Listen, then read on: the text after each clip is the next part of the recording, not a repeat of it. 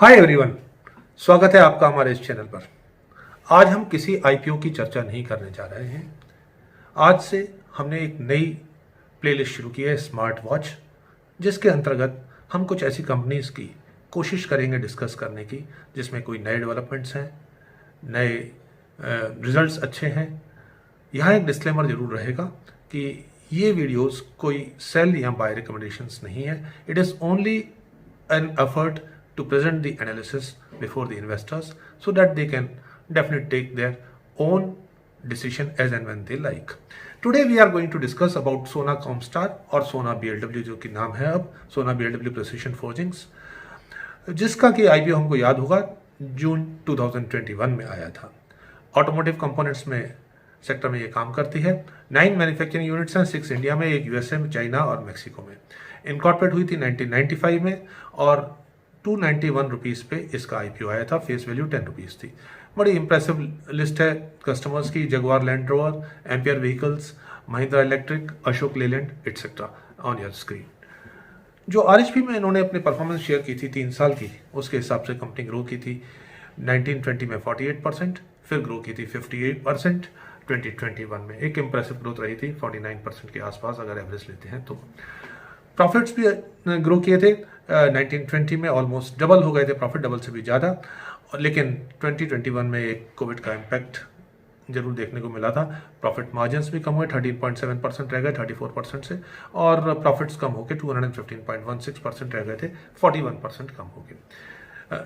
अब share price movement अगर हम देखें तो 24 जून को ये लिस्टिंग हुई थी इसकी, 302 रुपीज़ पे ओपनिंग हुई अगेंस्ट 291 द इशू प्राइस, और उसी दिन 20% का जंप 362 रुपीज़। और उसके बाद कंपनी ने पीछे पलट के नहीं देखा। इन्वेस्टर्स ने बहुत अच्छा रिस्पांस दिया इसको, और ये शेयर 13 दिसंबर को 1823 के आसपास, 1824 के आसपास, 824 के आसपास ट्रेड हुआ। उसके बाद से लगातार along with the decline in the share markets, broad indices, ये शेयर भी नीचे जा रहा है। अभी 550 के रेंज के आसपास ये ट्रेड होता है। और ऐसा क्या रीज़न रहा कि 823 से लगभग 30%, 275-300 रुपीज़ का इसमें डिक्लाइन आया है। तो इसी को देखने के लिए जब हमने इसके रिजल्ट्स की एनालिसिस की तो हम निष्कर्ष पे पहुंचे कि ये आपके साथ शेयर करना चाहिए, और यही हमारी कोशिश है। तो अब जब 5 मई को रिजल्ट डिक्लेयर हुए तो रिजल्ट्स अच्छे थे। 21-22 में भी 37% का ग्रोथ, ऑफकोर्स 48-50% का जो ग्रोथ प्रीवियस ईयर्स में रहा उसके मुकाबले देखा जाए तो थोड़ा कम है 37%, लेकिन 2150 करोड़ का टर्नओवर। प्रॉफिट्स की बात करें तो प्रॉफिट्स भी बढ़कर प्रीवियस हाई को इन्होंने क्रॉस कर लिया। 360 करोड़ का प्रीवियस हाई था 1920 में, उसको क्रॉस किया 21-22 में 361.54, और मार्जिन भी बढ़े 16.8 against 30.7% of the previous year.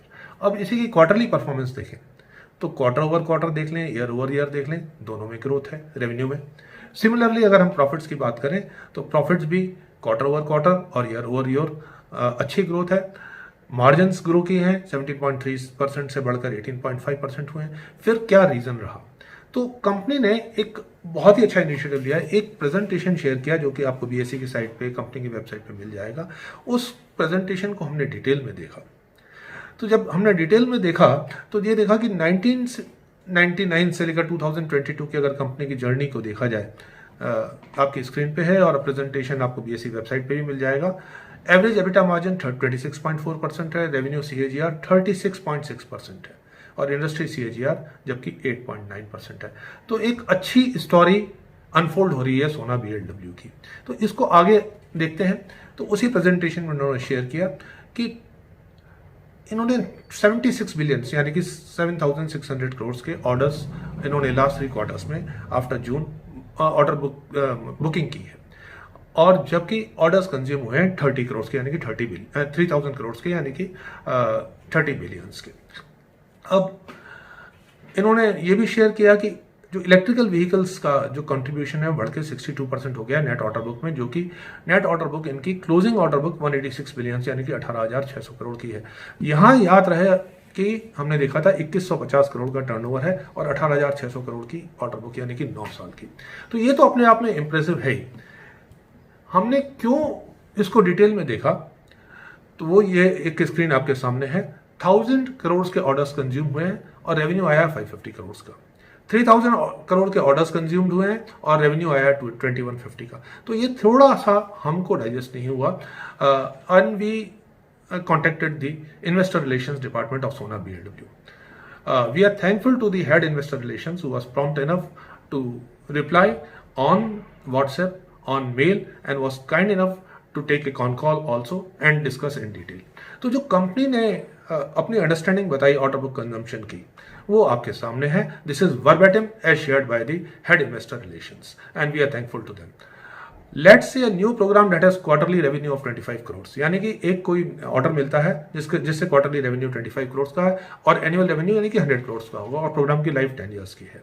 तो जबकि उस क्वार्टर में जो रेवेन्यू बुक होगा वो सिर्फ 25 करोड़ का होगा, जबकि ऑर्डर बुक से ये पूरा का पूरा 100 करोड़ जो है इंटू 10,000 करोड़ माइनस कर देंगे ऑर्डर बुक से. वो एग्जिस्टिंग ऑर्डर बुक में रिफ्लेक्ट जो टेकअप होना है उसमें रिफ्लेक्ट नहीं होगा. लास्ट लाइन बहुत इंपॉर्टेंट है. Company doesn't include any running program even if it is just started in order book. तो ये एक बड़ी इंटरेस्टिंग चीज है. तो इससे क्या होता है कि कंपनी के पास जो हमें एक अंदाज लग रहा था कि 18,600 करोड़ का जो कि कंपनी के प्रेजेंटेशन में है, इनफैक्ट अगर देखा जाए तो कंपनी के पास 40,000 करोड़ से ऊपर के ऑर्डर्स हैं. जी हाँ, माइंड बॉगलिंग. 40,000 करोड़. वो कैसे? Orders from the running programs. अगर 550 करोड़ का रेवेन्यू है क्वार्टर 4 फाइनेंशियल 22 का, इंटू 4 यानी कि एनुअल रेवेन्यू निकलेगा 2,200 और इंटू 10 ईयर्स का प्रोग्राम अगर हम लेते हैं जैसे कि कंपनी का मानना है, कुछ कम भी हो सकता है किसी केस में, तो अप्रोक्सीमेटली 22,000 करोड़ वो ऑर्डर है जो इनकी प्रेजेंटेशन में ऑर्डर बुक में रिफ्लेक्टेड नहीं है. एग्जिस्टिंग ऑर्डर बुक है जिसका कुछ पार्ट यानी कि 550 करोड़ एग्जीक्यूट हो चुका है और कुछ एग्जीक्यूट होना है. तो 40,000 करोड़ की ऑर्डर बुक है कंपनी के पास और कंपनी किस रेट पे ऑर्डर बुक कर रही है? 2,000 करोड़ उन्होंने बुक किए हैं फाइनेंशियल 22 के क्वार्टर 4 में और फाइनेंशियल 22 में जैसे तुमने देखा था 7,600 करोड़ के ऑर्डर बुक किए हैं. अगर अब एक एजम्पशन ले लें कि कंपनी 36% CAGR पे ग्रोथ करती रहती है तो डेफिनेटली ग्रोथ तो इससे कहीं ज्यादा आ सकती है जिस तरह की ऑर्डर बुक है. लेकिन अगर 36% के उस पर भी ग्रो करती है तो ये जो 40,000 करोड़ का ऑर्डर है वो भी 6 साल में ही कंज्यूम हो पाएगा. जबकि इसमें हमने वो ऑर्डर्स नहीं लिए हैं जो हर साल रिसीव होंगे और उसमें से कुछ एग्जीक्यूट होते जाएंगे. तो एक विजिबिलिटी बहुत अच्छी है ऑर्डर बुक की और रेवेन्यू की. तो अगर इसको एक्स्ट्रापोलेट किया जाए तो रेवेन्यू जो 2150 करोड़ का है वो फाइनेंशियल 28 में 36% के CAGR के साथ 13,000 करोड़ से भी ऊपर हो जाएगा. प्रॉफिट आफ्टर टैक्स जो 361.5 करोड़ का है वो 2,200 करोड़ से ऊपर. ये मान के कि मार्जिन 17%, जबकि रेवेन्यू अगर 36% ग्रो करेगा तो मार्जिन तो बहुत ज्यादा ग्रो करेंगे. तो हमने अभी उसको कंसिडर नहीं किया है. हम सिर्फ ये मान के चल रहे हैं जो 17% जो इन्होंने अभी रिपोर्ट किए हैं फाइनेंशियल 22 के क्वार्टर 4 में वो ही मार्जिन रहेंगे. तो उससे भी 2,200 करोड़ का प्रॉफिट आएगा और EPS यानी कि 6.22 से बढ़कर 39+. तो very good projections are visible if we consider the order book, the growth rate and the margins rate. And this was an attempt to share with you what we learned during the analysis part, and we are again thankful to the head investor relations and entire Comstar team for being transparent and sharing the data with us. Thank you very much friends. Wishing you a very happy investing. Thank you.